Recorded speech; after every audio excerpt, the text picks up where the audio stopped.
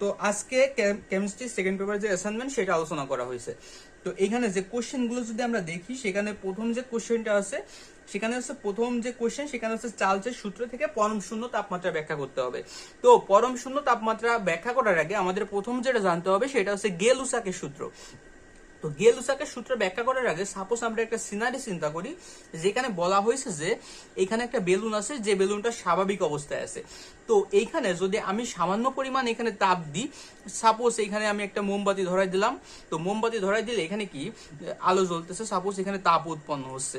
তো আমি যদি এখানে সামান্য পরিমাণে তাপ দিই তখন কি হবে, দেখা যাবে যে বেলুনটার আয়তন বেড়ে গেছে।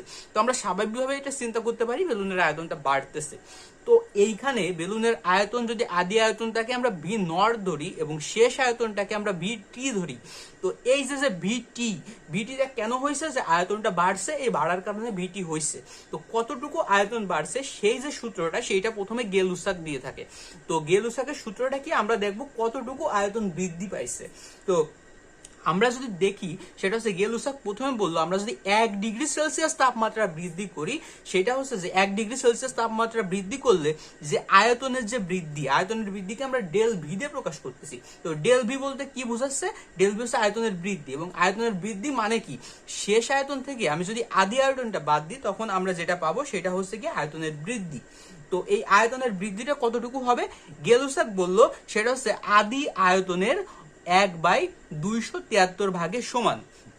ঠিক আছে, তাহলে আমরা এখানে কি পাচ্ছি, আয়তনের বৃদ্ধি যেটা সেটা পাচ্ছি আদি আয়তনের 1/273 ভাগের সমান। এটা অবশ্যই যখন আমরা 1 ডিগ্রি সেলসিয়াস তাপমাত্রা বৃদ্ধি করব।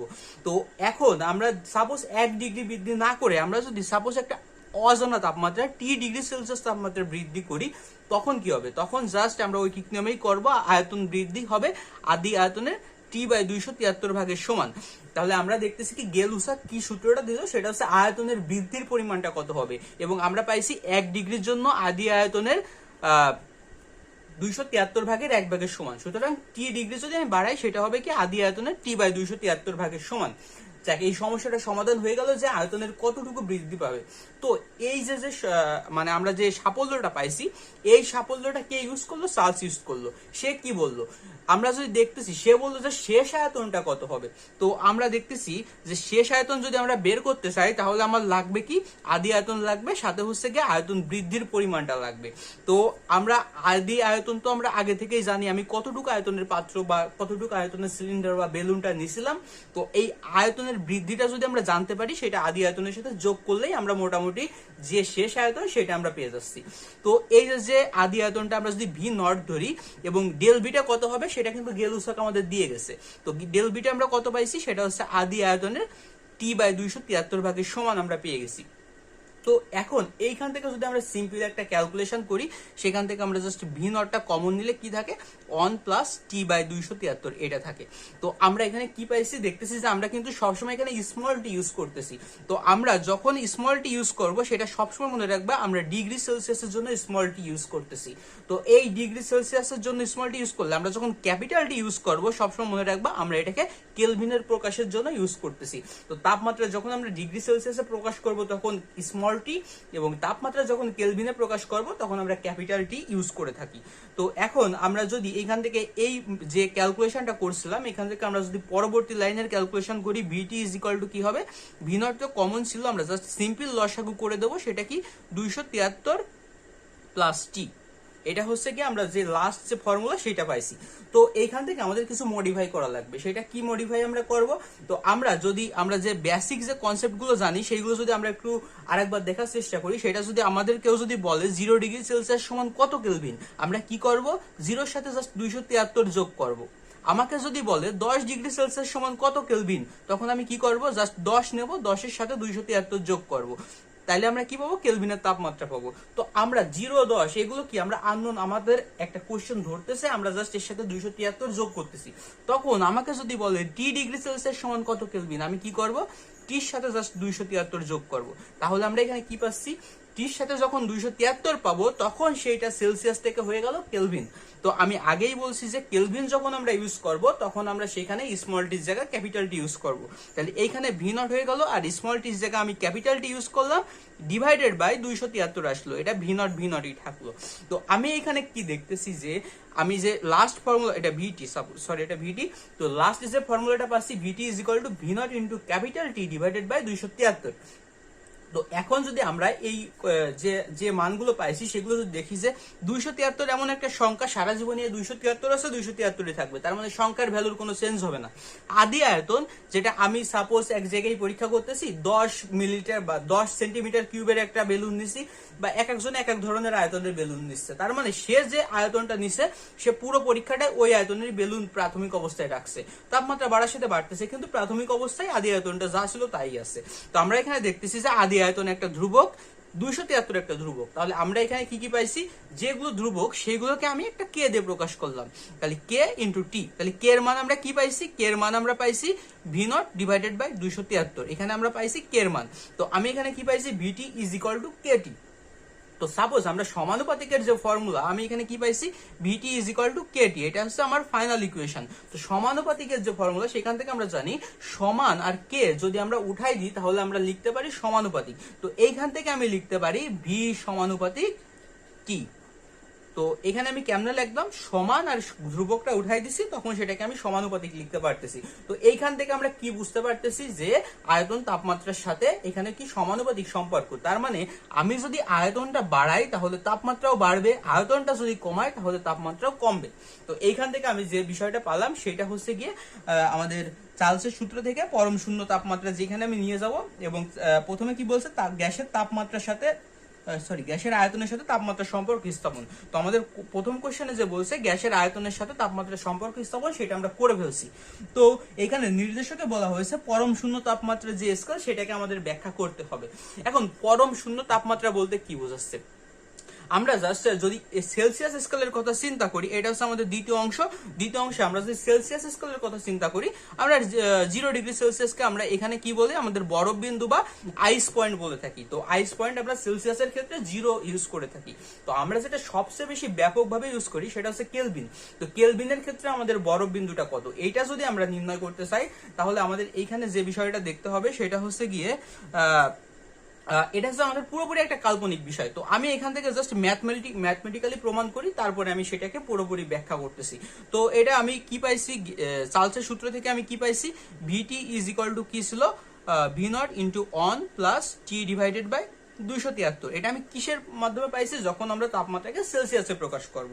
তো এখন আমরা যদি গ্রাফটা দেখি, এই যে এটা যে গ্রাফ হবে সেটা কেমন হবে, এটা আমরা অবশ্যই দেখতেছি যে কখনোই মূলবিন্দুগামী সরলরেখা হবে না। কারণ কি, এটাকে যদি আমরা এর আগের লাইনটাই কি ছিল, এর আগের লাইনটা কি ছিল, এটা হচ্ছে গিয়ে VT is equal to V naught into V naught by 273 by T, তার মানে Y is equal to M X plus C. এই ধরনের এটা আমি লিখেই দিই, ভিটি ইজ ইকুয়াল টু ছিল V naught plus V naught by 273 by into T. তার মানে এটা একটা ধ্রুবক, এটাও একটা ধ্রুবক, তাহলে এটা হচ্ছে চলক। তাহলে চলকটাকে আমি ওয়াই ধরি, এটা যদি সি ধরি, এটা যদি এম ধরি, আর টিটা হচ্ছে ভ্যারিয়েবল, এটাকে এক্স ধরলাম, তাহলে এটা কি Y equal to M X plus C. কখনোই মূলবিন্দুগামী সরলরেখা হবে না, মানে সি পরিমাণ অংশ কাট করে থাকবে, এক্স অক্ষ থেকে দূরবর্তী থাকবে। তো এইখান থেকে তাহলে আমরা যদি এখানে ভলিউমের সাথে তাপমাত্রার সম্পর্ক দেখি, তাহলে আমরা এই একটা গ্রাফ পাইলাম। তো সাপোজ আমি এখানে একটা গ্রাফ পাইলাম, আর একজন অন্য একটা ল্যাবে পরীক্ষা করতেছে, সে এরকম একটা গ্রাফ পাইলো, সাপোজ তার ক্ষেত্রে সির মান এতটুকু থাকলো। আর একজন অন্য একটা ল্যাবে পরীক্ষা করছে, সে এরকম একটা গ্রাফ পেলো, তার মানে তার কাছে সির মান অন্যরকম থাকলো। তার মানে কি, সির মান এক একজনের ক্ষেত্রে এক এক রকম হইতে পারে, ল্যাব ভেদে তাপমাত্রা ভেদে এক এক রকম হইতে পারে। তো এইটা আমি কি করতে পারি, পিছনের দিকে তো বাড়াইতে পারবো না, কারণ কি, পিছনের দিকে আমি জাস্ট এই লাইনটা বাড়াই।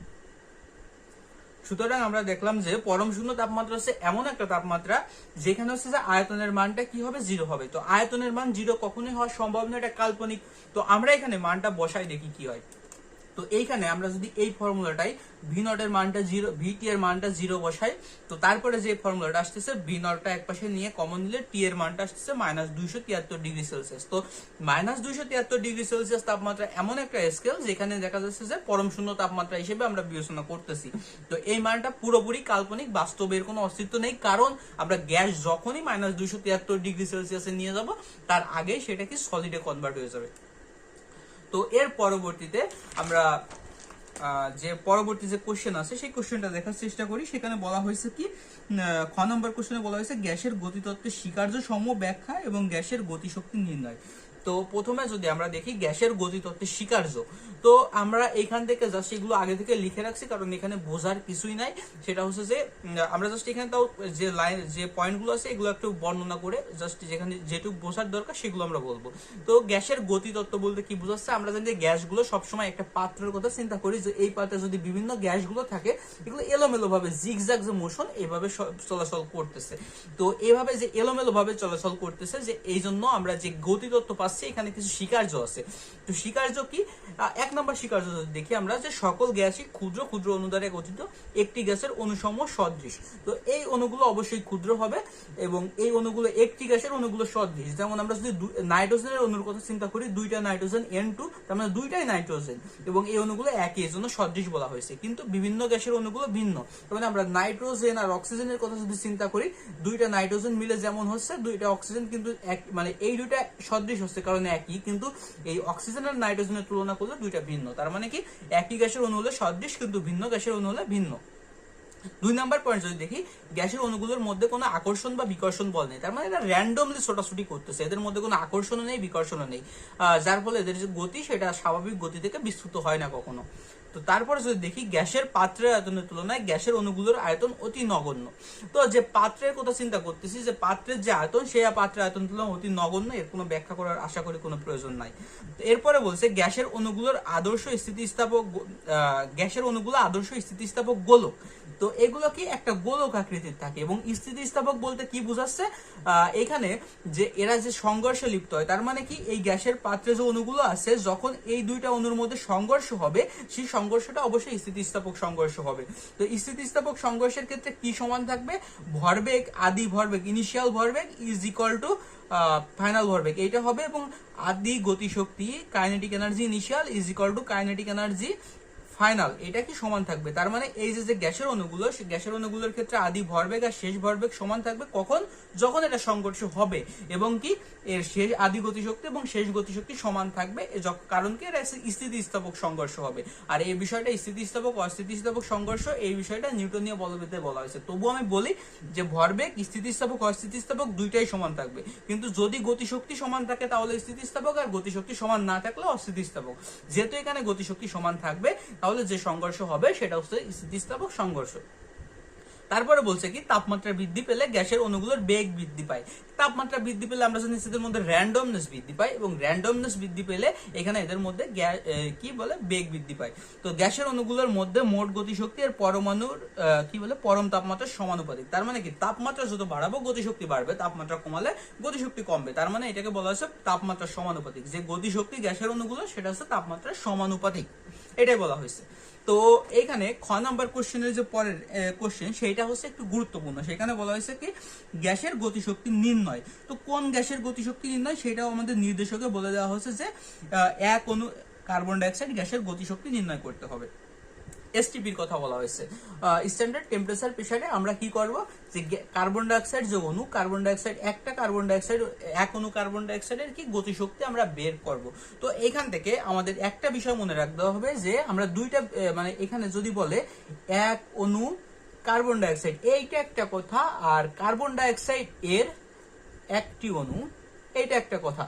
তো এক অণু কার্বন ডাইঅক্সাইড বলতে কি বোঝাচ্ছে, সাপোজ আমরা মোল বলতে কি বোঝায় সেটা আমরা জানি। আমরা যদি বলি সাপোজ এখানে এই যে সাপোজ একটা বডির কথা চিন্তা করি, এটা একটা রিজিড বডির কথা চিন্তা করি, যেখানে আমরা বলতে পারি যে সাপোজ এইখানে 100টা খণ্ড আছে, সাপোজ এখানে 100টা খণ্ড মিলে এই একটা বডি গঠন হয়েছে, তাহলে আমরা বলতে পারি কি, এই পুরো বডিকে বলতে পারি একটা বডি। তো এই একটা বডিকে আমরা অণুর সাথে তুলনা করতেছি, এক অণু বলতে এক অণু কার্বন ডাইঅক্সাইড বলতে সেটাকে বুঝাচ্ছি, আমরা এখানে একটা বডি বলতে সেটা বুঝাচ্ছি। এখন এই বডির মধ্যে কতগুলো ভাগ আছে, বডির মধ্যে আমরা দেখতেছি 100টা ভাগ আছে। তো 100 ভাগের এক ভাগ, এই 100টা ভাগের যদি আমি এক ভাগ চিন্তা করব, তখন সেটাকে বলবো এই রিজিড বডির একটা বডি। এই রিজিড বডির একটা সেলকে আমরা যদি আমরা এখানে দেখতেছি কি, এই রিজিড বডি 100টা অণু নিয়ে গঠিত, তাহলে এইখানে যখন আমি একটা সেলের কথা চিন্তা করব অথবা একটা অণুর কথা চিন্তা করব, তখন এটাকে আমরা বলবো এই রিজিড বডির একটা অণু। তার মানে এই বডির একটা অণু মানে কি 100 ভাগের 1 ভাগ। তো এইখানেও আমরা এই বিষয়টা চিন্তা করছি। এক অণু কার্বন ডাইঅক্সাইড মানে কি? এক অণু কার্বন ডাইঅক্সাইড মানে হচ্ছে 1 mole carbon dioxide, 1 mole carbon dioxide. আর কার্বন ডাইঅক্সাইডের একটা অণু মানে কি? আমরা জানি যে 1 মোল কার্বন ডাইঅক্সাইডে কয়টা অণু থাকে? সেটা হচ্ছে অ্যাভোগাড্রো সংখ্যক 6.02 গুণ 10⁻23 টি অণু থাকে। তো যদি বলে কার্বন ডাইঅক্সাইডের একটা অণু, তাহলে আমরা বলবো এতগুলো অণুর মধ্যে মাত্র একটা অণুর গতিশক্তি বের করতে বলছে। আর এক অণু কার্বন ডাইঅক্সাইড মানে কি? 1 মোলের গতিশক্তি বের করতে বলছে, মানে পুরোটুকের গতিশক্তি বের করতে বলছে। তো আমাদের এখানে বলছে কি এক অণু কার্বন ডাইঅক্সাইডের গতিশক্তি বের করতে বলছে, একটা অণুর না। তো আমি এখানে কি জানি? আমাদের গতিশক্তির ফর্মুলা কি? EK = 3/2 nRT। তো এখানে আমাদের 3/2 তো বসাবো। এক অণু মানে কি? এক অণু মানে হচ্ছে 1 মোল। তার মানে n এর মান অন বসাবো, 8 r এর মান হচ্ছে 8.31 এবং তাপমাত্রার মান হচ্ছে 0 ডিগ্রি সেলসিয়াস, মানে হচ্ছে 273 কেলভিন। বসাইলে যে মানটা পাবো সেইটাই। আর যদি বলতো কার্বন ডাইঅক্সাইডের একটি অণু, তখন আমি কি করতাম? EK = 3/2 nRT, এটা তো আমাদের ফর্মুলা। তাহলে এটা বসাইছি। এখন 3/2 n এর মান আমি কেমনে বসাবো? এখন আমরা n এর মান বের করার ফর্মুলা আমরা জানি। আমাদের যে কি বলে পরিমাণগত রসায়ন, সেইখানেও আমি এখানে এটা আমি ব্যাখ্যা করছি আমাদের রেগুলার ভিডিওতে। সেখানে হচ্ছে n এর মান আমরা কি জানি? যখন ভর দেওয়া থাকে W/m, অণু দেওয়া থাকলে n/n এ কেমনে আসে পুরো ডিটেলস এখানে ব্যাখ্যা করা আছে। এবং এইখানে যদি হচ্ছে আয়তন দেওয়া থাকে, সেটা হচ্ছে V/22.4। তো এইখানে যেহেতু আমাদের অণুর কথা বলা আছে, একটা অণুর কথা, তো অণুর কথা যেহেতু বলা আছে, আমরা মোলের ক্ষেত্রে আমরা এই ফর্মুলা ইউজ করব, n/na। nটা হচ্ছে আমাদের যে কয়টা বের করতে বলবে, আর na হচ্ছে অ্যাভোগাড্রো সংখ্যা RT। তাহলে এটা কি হইতো? 3/2 n মানে কি? একটা অণু, তখন এসে 1 বসাইতাম, আর হচ্ছে 6.023 গুণ 10⁻23 বসাতাম, 8.31 বসাতাম, এবং হচ্ছে 273 বসাতাম। তাহলে আমি এখানে কি দেখতেছি? যদি এইটা একটা অণু থাকতো তখন এটা করতাম, কিন্তু আমাদের আছে এক অণু কার্বন ডাইঅক্সাইড, তখন আমরা জাস্ট সিম্পলি এটা করে দেবো। তাহলে আমাদের এখানে এইটা হচ্ছে আমাদের অ্যান্সার হবে। কিন্তু এখানে কনফিউশন হওয়ার কিছুই নেই। কেউ এটা কনফিউশন হইতে পারে, তো এটা আমাদের লাগবে না। আমাদের লাগবে হচ্ছে গিয়ে এই বাম পাশে একটা। তো এইটা গেল হচ্ছে গিয়ে আমাদের খ নাম্বার কোশ্চেন। তো এর পরবর্তীতে আমরা যদি গ নাম্বার কোশ্চেনের দিকে তাকাই, তো গ নাম্বার কোশ্চেনে বলা হচ্ছে কি ডাল্টনের আংশিক চাপ সূত্রের প্রয়োগ। তো প্রথমে আমাদের দেখতে হবে ডাল্টনের আংশিক চাপ বলতে কি বোঝায়। তো ডাল্টনের আংশিক চাপ জানার আগে আমাদের বুঝতে হবে আংশিক চাপ বলতে কি বোঝায়। তো সাপোজ আমি এইখানে একটা পাত্রের কথা চিন্তা করি। এই পাত্রে সাপোজ দুইটা গ্যাস আছে, এ গ্যাস আর হচ্ছে গিয়ে বি গ্যাস।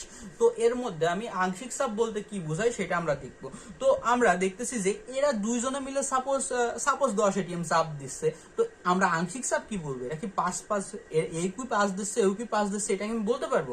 কখনোই বলবো না। আমরা আংশিক চাপ তখনই বলবো যখন আমি বি গ্যাসকে এই পাত্র থেকে সরাই নিয়ে চলে যাবো। সাপোজ আমাদের এখানে বি নাই, তখন এই এ একার যে চাপ দেবে, তখন সেই একার যে চাপ সেটাকে বলবো এ এর আংশিক চাপ। আর বি এর আংশিক চাপ করার জন্য কি করতে হবে? এ কে বাইরে নিয়ে চলে যেতে হবে। এ কে বাইরে নিয়ে চলে গেলে পাত্রে কি থাকবে? একা বি পড়ে থাকবে। একা বি যে চাপ দেবে সেটাকে বলবো ওই পাত্রের আংশিক চাপ। তো এটাকে আংশিক চাপের ফর্মুলা যে কথাগুলো সেটা বইতে ব্যাখ্যা করা আছে। তো এখন আমরা দেখবো যে আংশিক চাপ ডাল্টনের সূত্র আংশিক চাপের ক্ষেত্রে সেটা কি, সেটা আমরা বের করা দেখবো। তো ডাল্টনের আংশিক চাপের ক্ষেত্রে আমরা জানি, আমরা এই ফর্মুলাটা খুব ভালোভাবে জানি, PV = nRT।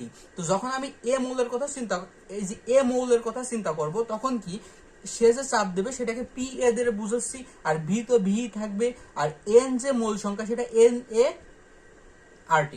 আর যখন বি গ্যাসের কথা চিন্তা করব, তখন PB = NbRT।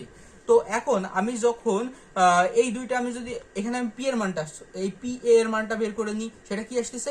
NaRT / V। আর PB এর মানটা কি আসছে? সরি, এটা PBV আসতেছে। তাহলে PB এর মানটা কি আসতেছে? NbRT / V। তো এটাকে আমি যদি 1 নাম্বার ইকুয়েশন দিই, এটাকে যদি আমি 2 নাম্বার ইকুয়েশন দিই এবং 1 আর 2 যদি যোগ করি, তাহলে আসতেছে PA + PB = কি আসতেছে? RT/V। কমন নিলে কি আসতেছে? Na + NB। তো Na + NB কি? Na হচ্ছে এর মোল সংখ্যা, আর NB হচ্ছে বি এর মোল সংখ্যা। তার মানে কি দুইটা মোল সংখ্যা যখন যোগ করব, আমি পাবো কি? পাত্রের মোট মোল সংখ্যা RT / V। তো এই মানটা কি আসতেছে? এই মানটা যদি আমি দেখি, প্রথম যে ফর্মুলা দেখছিলাম PV = nRT, এখান থেকে যদি দেখি P এর মান আসতেছে nRT / V। তাহলে এই nRT/V এর মান আমি বসাইতে পারি P। তাহলে মেন ফর্মুলা কি পাচ্ছি? PA + PB = P। তো এইটাই হচ্ছে ডাল্টনের আংশিক চাপ সূত্র। সেটা কি, যেটা হচ্ছে যে কোনো পাত্রের যে গ্যাসগুলো আছে সেই গ্যাসগুলোর আংশিক চাপগুলোর সমষ্টি সেই পাত্রের মোট চাপের সমান। এটা হচ্ছে ডাল্টনের আংশিক চাপ সূত্র। তো এই গ নাম্বারের যে দ্বিতীয় কোশ্চেনটা আছে, সেই দ্বিতীয় কোশ্চেনটা যদি আমি দেখি যে স্থির তাপমাত্রায় 1 লিটার সিলিন্ডারে কিছু গ্যাস আছে, আমি সেইগুলো এই পরের পেজে দেখি। যে সাপোজ আমি এই পাত্রের কথা চিন্তা করি, এই পাত্রে কি কি গ্যাস আছে। এই পাত্রের আয়তন হচ্ছে 1 লিটার। তো 1 লিটার আয়তনের একটা পাত্র, সেখানে কি কি গ্যাস আছে, সেটা হচ্ছে গিয়ে কার্বন ডাইঅক্সাইড গ্যাস আছে, তারপরে গ্যাস আছে কি দেখি NO2 আছে, এরপরে হচ্ছে CH4 আছে, মিথেন গ্যাস আছে, এই তিনটা গ্যাস আছে। এই তিনটা গ্যাসের কার্বন ডাইঅক্সাইড কতটুকু আছে, 400 ml আছে। তারপর NO2 আছে 750 ml, আর CH4 আছে 600 ml। এখন কার্বন ডাইঅক্সাইডের যে চাপ সেটা হচ্ছে 1 atm, NO2 এর যে চাপ সেটা হচ্ছে গিয়ে 750 মিলিমিটার। এটা 700, NO2 হচ্ছে 700, এটা হচ্ছে 500, সরি NO2 আছে 500 ml। আর CH4 সেটা যে চাপ সেটা হচ্ছে 103.64 কিলো প্যাসকেল। তো এইখানে বলছে কি যে এই তিনটা গ্যাসকে একটা পাত্রে মিশ্রিত করা হলে গ্যাসের মোল ভগ্নাংশ বের করতে বলছে। তো আমরা এটা কেমনে করব, তো সেটা হচ্ছে যে আমরা বয়েলের সূত্র প্রয়োগ করে যদি আমরা আংশিক চাপ নির্ণয়ের ফর্মুলা জানি, সেটা হচ্ছে আমি সাপোজ একটু দেখি এটা। সেটা হচ্ছে যে আমি যদি এই পাত্রে দুইটা গ্যাস রাখি, এই পাত্রে যদি আমি দুইটা গ্যাস রাখি, সেটা হচ্ছে গিয়ে A আর B দুইটা গ্যাস যদি আমি রাখি, তাহলে আমি যে বয়েলের সূত্র, আর সাপোজ এই এটা ছিল অন্য একটা পাত্রে, বি ছিল অন্য একটা পাত্রে, তো দুইটাকে আমি একটা পাত্রে মিশ্রিত করলাম। করার পর আমি যদি এর আংশিক চাপ বের করতে চাই, সেটা হবে সাপোজ এরটা বের করলাম P1 V1। সাপোজ এটা যে প্রেসার, এর প্রেসার হচ্ছে P1, এর আয়তনটা হচ্ছে V1, বি এর প্রেসার হচ্ছে P2, আয়তনটা হচ্ছে V2। তো এর ক্ষেত্রে আমি যদি বের করতে চাই, তাহলে এর ক্ষেত্রে P1 V1, এর চাপ হচ্ছে P1, আয়তন V1, তাহলে P1 V1 is equal two, এই পাত্রে যখন চলে যাবে তখন আয়তনটা তো মোট আয়তনের সমান, আর যে চাপ, সে যে চাপ দেবে সেটা তার আংশিক চাপ। আর যদি বি এর ক্ষেত্রে চিন্তা করি, তার চাপ হচ্ছে P2, আয়তন হচ্ছে V2। যখন সে এই পাত্রে চলে যাবে তখন তার আয়তন তো ভি থাকতেছে, কারণ এই পাত্রে যে মোট আয়তন সেটা তো ভি, কারণ এই পাত্রে চলে গেলে সে পাত্রের মোট আয়তন দখল করতেছে, তখন এই পাত্রের আয়তন হয়ে যাবে ভি। আর যে এখান থেকে যে চাপ সেটা কি আংশিক চাপ, বি যেহেতু এই পাত্রে গেছে তখন সেটা আংশিক চাপ পি বি হয়ে যাবে। তাহলে আমি দেখলাম কি এই পাত্রের আয়তন P1 V1 is equal two, এই পাত্রে গেলে আংশিক চাপ পি হয়ে যাচ্ছে, পাত্রের আয়তন বি। আর বি এর ক্ষেত্রে চিন্তা করতেছি P2 V2, এই পাত্রে গেলে আংশিক চাপ পি বি হয়ে যাচ্ছে এবং পাত্রের আয়তন হয়ে যাচ্ছে বি। তাহলে এটা হচ্ছে বয়েলের সূত্র প্রয়োগ করে আমরা কিভাবে আংশিক চাপ বের করতে পারি। তো আমরা এই ম্যাথটা আমি কেমনে করব, এই ম্যাথটা যদি আমি কার্বন ডাইঅক্সাইডের ক্ষেত্রে চিন্তা করি, সেই কার্বন ডাইঅক্সাইডের ক্ষেত্রে চিন্তা করলে আমি কি করব, P1 V1 is equal two P of carbon dioxide into V. এটা গেল আমাদের কার্বন ডাইঅক্সাইডের ক্ষেত্রে চিন্তা করলে। আমি যদি NO2 এর ক্ষেত্রে চিন্তা করি, সেটা কি হবে, P2 V2 is equal two P of NO2 into V. এরপরে আমি যদি CH4 এর কথা চিন্তা করি, সেটা হবে P3 V3 is equal two P of CH4 into V. তো এখন আমি কি দেখতেছি, P1 V1 কার্বন ডাইঅক্সাইডের ক্ষেত্রে P1 টা কত ছিল 1 atm, আর P2 টা কত ছিল 400 ml। 400 ml এর লিটারে করলে কি হবে 0.4 লিটার। আর পি অফ কার্বন ডাইঅক্সাইড তো আমি জানি না, এটা আমি বের করব। আর ভি কি 1 লিটার আয়তনের পাত্র, এটা হচ্ছে 1। যদি না, এটা কিসের জন্য আমরা হচ্ছে কার্বন ডাইঅক্সাইডের কথা হিসাব করতেছি, এটা কিসের কথা হিসাব করতেছি, NO2 এর কথা হিসাব করতেছি, এটা হচ্ছে CH4 এরটা হিসাব করতেছি। তাহলে P2 V2 কত হবে, পি হচ্ছে গিয়ে 750 mm। তাহলে কি 750 mm কি আমি রাখতে পারবো না, কারণ এটাকে আমি এটিএম এ কনভার্ট করছি, এটাও এটিএম এ কনভার্ট করব। 750 কি 760 দিয়ে ভাগ করে এটিএম এ কনভার্ট করব। আর ভিটা কি 500 ml, এটা লিটারে কনভার্ট করলে 0.5। পি অফ NO2 আমি বের করব, আর আয়তন তো 1 লিটার, শেষ আয়তন তো 1 লিটারই। CH4 এর কথা চিন্তা করলে P3 হচ্ছে 103.64, এটা কিলো প্যাসকেল তো রাখতে পারবো না, কারণ আমি এটিএম হিসাব করছি। এটাকে তাহলে আমি কি করব, 101.325 দিয়ে ভাগ করে আমি এটিএম এ কনভার্ট করলাম। V3টা কত হলো 600 ml, লিটারে কনভার্ট করলে 0.6। পি অফ CH4 আমি বের করব, আর ভি তো 1। তার মানে এখান থেকে আমি কার্বন ডাইঅক্সাইডের আংশিক চাপ পাচ্ছি ক্যালকুলেশন করলে, নাইট্রোজেনের আংশিক চাপ পাচ্ছি ক্যালকুলেশন করলে, মিথেনের আংশিক চাপ পাচ্ছি ক্যালকুলেশন করলে। তো এই সবগুলো আংশিক চাপ আমি পেয়ে গেছি। তাহলে আমি মোট চাপ কেমনে বের করবো, আমি একটু আগেই দেখলাম যে ডাল্টনের সূত্র কি বলতেছে, সব আংশিক চাপের সমষ্টি তার মোট চাপের সমান। তাহলে আমি কি করব, যে এই মোট চাপ কেমনে বের করব, সব আংশিক চাপগুলোর সমষ্টি আমি করলে কি পাবো, NO2 plus P of CH4, এইগুলো যখন আমি যোগ করব তখন আমি কি পাবো, পাত্রের মোট চাপটা পেয়ে যাব। তো আমি পাত্রের মোট চাপ সাপোজ একটা মান পাবো, সেই পাত্রের মোট চাপ ইউজ করে আমরা মোল ভগ্নাংশ বের করব। তো আমরা এখান থেকে একটা ফর্মুলা জানি, সেটা হচ্ছে যে আংশিক চাপ ইজ ইকুয়াল টু মোল ভগ্নাংশ গুণ মোট চাপ। এখন আমি প্রথমে কিসের কথা চিন্তা করব, কার্বন ডাইঅক্সাইড, তারপরে চিন্তা করব হচ্ছে গিয়ে NO2, তারপরে চিন্তা করব হচ্ছে গিয়ে CH4, এই তিনটার কথা আংশিক আমরা মোল ভগ্নাংশ বের করব, কারণ কি আমাদের এই তিনটা মোল ভগ্নাংশই বের করতে বলছে। তো আমরা জানি কি এই সূত্র আমরা কি, আংশিক চাপ ইজ ইকুয়াল টু মোল ভগ্নাংশ গুণ মোট চাপ। তাহলে আংশিক চাপ P of CO2 is equal to mole ভগ্নাংশকে S দিয়ে প্রকাশ করি, কার মোল ভগ্নাংশ, CO2 এর, আর মোট চাপ কি P। NO2 এর ক্ষেত্রে কি হবে, P of NO2 is equal to x of NO2 into P of CH4 কি হবে, P of CH4 is equal to x of CH4 into P। তাহলে এইখান থেকে আমার সব এইখানে বের করতে হবে, x of CO2 is equal to what, x of NO2 is equal to what, x of CH4 is equal to what। তাহলে এখানে P of CO2 আমি এখান থেকে পাবো, মোট চাপের মান এখান থেকে পাবো, বসাই দিলে x of CO2 পাবো। P of NO2 আমি এখান থেকে পাবো, এখানে বসাই দেবো, মোট চাপ আমি এখানে পাইছি, এখানে বসাই দেবো, x of NO2 পাই যাবো। P of CH4 আমি এখান থেকে পাবো, এখানে বসাই দেবো, তারপর মোট চাপ এখানে পাইছি, x of CH4 পাই যাবো। তার মানে কি এখান থেকে আমি সবগুলো মোট চাপ আর আংশিক চাপ ইউজ করে আমি এখান থেকে মূল ভগ্নাংশগুলো বের করতে পারবো। তো এর পরবর্তীতে আমি যদি লাস্ট যে কোশ্চেন সেখানে যাই, সেখানে কি আদর্শ গ্যাস এবং বাস্তব গ্যাসের বৈশিষ্ট্য উল্লেখ এবং মোলার গ্যাস ধ্রুবকের মাত্রা নির্ণয়। তো আদর্শ গ্যাস আর বাস্তব গ্যাস বলতে কি বোঝাচ্ছে, আদর্শ গ্যাস হচ্ছে যেটা হচ্ছে বয়েলের সূত্র, চার্লসের সূত্র, গেল-লুসাকের সূত্র, অ্যাভোগাড্রো তত্ত্ব, মানে যেগুলো আছে সবগুলো মেনে চলে, সেগুলো হচ্ছে আদর্শ গ্যাস। সেই ফর্মুলাটা কি ছিল, PV is equal to nRT। তো এই গ্যাসগুলোকে বলা হচ্ছে আদর্শ গ্যাস। তো আদর্শ গ্যাসগুলো থেকে যখন আমরা বাস্তব গ্যাস বের করতে চাবো তখন দেখবো যে এই সূত্রটা মানতেছে না, কারণ কি সেখানে আমরা দুটো ত্রুটি দেখতে পাবো। সেটা হচ্ছে একটা হচ্ছে আয়তন ত্রুটি, আর একটা হচ্ছে কি চাপ ত্রুটি।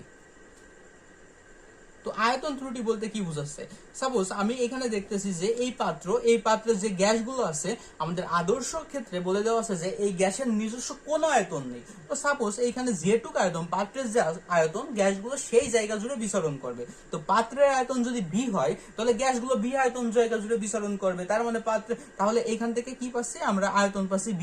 এটা কিসের কথা চিন্তা করতেছি আমরা, অবশ্যই আদর্শের কথা চিন্তা করতেছি। তাহলে এখানে PV is equal two nRT, এটা আমি পাচ্ছি, কারণ কি গ্যাসের নিজস্ব কোনো আয়তন নেই। কিন্তু বাস্তবে আমরা যে দেখতেছি যে গ্যাসগুলোর একটা আয়তন থাকে। তো সাপোজ সে এইটুকু আয়তন দখল করলো, গ্যাসগুলো এইখানে আয়তনগুলো দখল করে এইখানে এইটুকু নিজস্ব আয়তন থাকতেছে, তাহলে সে কি পুরো পাত্র জুড়ে বিচরণ করতে পারতেছে না, সে নিজের আয়তন বাদ দিয়ে বাকি জায়গা জুড়ে বিচরণ করতেছে।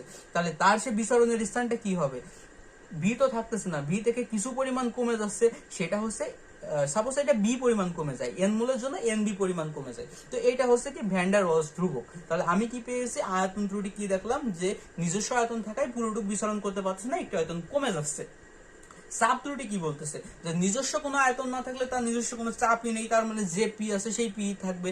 কিন্তু যখন আয়তন হয়ে যাচ্ছে, তার কিছু চাপ থাকতেছে, তাহলে সে চাপ তো আর পি থাকতে পারতেছে না, পির সাথে কি হচ্ছে, একটা ধ্রুবক যোগ আসছে, সেটা কি n square a divided by v square. তো এইখান থেকে আমি যদি দেখি যে আমাদের যে ফর্মুলাটা, সেই ফর্মুলাটা কি হচ্ছে, চেঞ্জ হয়ে যাচ্ছে, পির সাথে কিছু যোগ আসছে আর বির সাথে মাইনাস হয়ে যাচ্ছে, হওয়ার পর nRT থাকতেছে। তো এইটাই হচ্ছে কি আদর্শ গ্যাস আর বাস্তব গ্যাসের মধ্যে যে মূল পার্থক্য। তো এই পার্থক্যটা বুঝলে আশা করা যায় যে বৈশিষ্ট্যগুলো তোমরা ইজিলি লিখতে পারবে। তো পরবর্তী যে বিষয়টা সেটা আমি আলোচনা করে এই ভিডিওটা শেষ করি, সেটা হচ্ছে যে সেখানে মোলার গ্যাস ধ্রুবকের আমাদের মাত্রা নির্ণয় করতে বলছে। তো মোলার গ্যাস ধ্রুবক কি আমরা জানি, PV is equal two nRT। তো এখানে আর যে মানটা পাচ্ছি সেটা হচ্ছে মোলার গ্যাস ধ্রুবক PV ডিভাইডেড বাই NT। তো এখানে আমরা মাত্রাটা নির্ণয় করব, কেমনে নির্ণয় করব, তো তার আগে আমাদের যে বিষয়টা সেটা হচ্ছে পিভিটা কি আমাদের এটা জানতে হবে। তো সাপোজ আমি এখানে একটা পিস্টনের কথা চিন্তা করি, যে পিস্টনটা এইখানে আছে, তো এইখানে যদি থাকে, তো এই পিস্টনটা যদি এখানে থাকে, আমি কি করলাম, পিস্টনের সামান্য পরিমাণ ধাক্কা দিলাম, ধাক্কা দিলে কি করবে, সেই পিস্টনটা উপরে উঠে যাবে। তো পিস্টনটা যদি উপরে উঠে যায় তখন আমাদের কি হবে সেটা এখন আমরা দেখবো। তো আমরা জানি কি কাজ মানে কি, কাজ মানে আমরা জানি কি বল গুণ সরণ, এটাকে আমরা বলতেছি কি কাজ। তো এখন আমরা 19 একটা ফর্মুলা পড়ছিলাম, সেটা হচ্ছে চাপ ইজ ইকুয়াল টু বল ডিভাইডেড বাই ক্ষেত্রফল। তাহলে বল ইজ ইকুয়াল টু আমি কি পাচ্ছি, চাপ গুণ ক্ষেত্রফল। তাহলে আমি বলের মান আমি বসাইতে পারি কি চাপ গুণ ক্ষেত্রফল। আর এই এসটা কি, এসটা হচ্ছে আমি এইখানে যখন চাপ দিছি তখন যতটুকু সরণ করতেছে সেই সরণটাকে আমরা এস বলতেছি। তো এটাকে আমি উচ্চতায় ধরতে পারি। তাহলে এটা এস মানে কি সরণ, কতটুকু সরণ, উপরের দিকে যতটুকু উঠতেছে। তো এখানে আমি এই ক্ষেত্রফলের সাথে যখন আমি উচ্চতা গুণ করব তখন আমি ক্ষেত্রফল গুণ উচ্চতা অবশ্যই আয়তন পাবো। তাহলে এস এর মান আমি কত পাবো, ভি, আর পি তো থাকতেছে। তাহলে P V is equal two আমি কি পাচ্ছি, ডাব্লিউ। তাহলে P V is equal two আমি বলতে পারছি যে কৃতকাজ। তার মানে পি আর ভির গুণফল আমরা পাচ্ছি কৃতকাজ। তাহলে আমরা কৃতকাজের একক আমরা কি জানি, জুল। তাহলে পি ভির একক কি হবে, জুল। আর এন এন কি, মোল। আর সরি এটা টি, আর টি কি, টি হচ্ছে কেলভিন। তাহলে এটা যদি আমি উপরে নিয়ে যাই তাহলে কি থাকতেছে, জুল পার মোল পার কেলভিন। এটা কি এসআই এককে মান। আচ্ছা এসআই এককে যদি আমরা পারি, এখন আমরা কি দেখবো, এরপর যে মানটা আছে সেটা হচ্ছে সিজিএস। এটা আরো ইজি। তো সিজিএস একক, সিজিএস পদ্ধতিতে আমরা কাজের একক জানি আর্গ। তাহলে এসআই পদ্ধতিতে কাজের একক জুল। তাহলে সিজিএস পদ্ধতিতে কাজের একক হবে আর্গ। আর বাকি যেটুক থাকবে সেটুক তো একই, জাস্ট ইকুয়েশনটা লিখে এগুলো বসায় দিতে হবে। আর একটা আছে লিটার এটিএম। লিটার এটিএম, তো লিটার এটিএম এ কি হবে, আমরা দেখতেছি R is equal to PV divided by N T.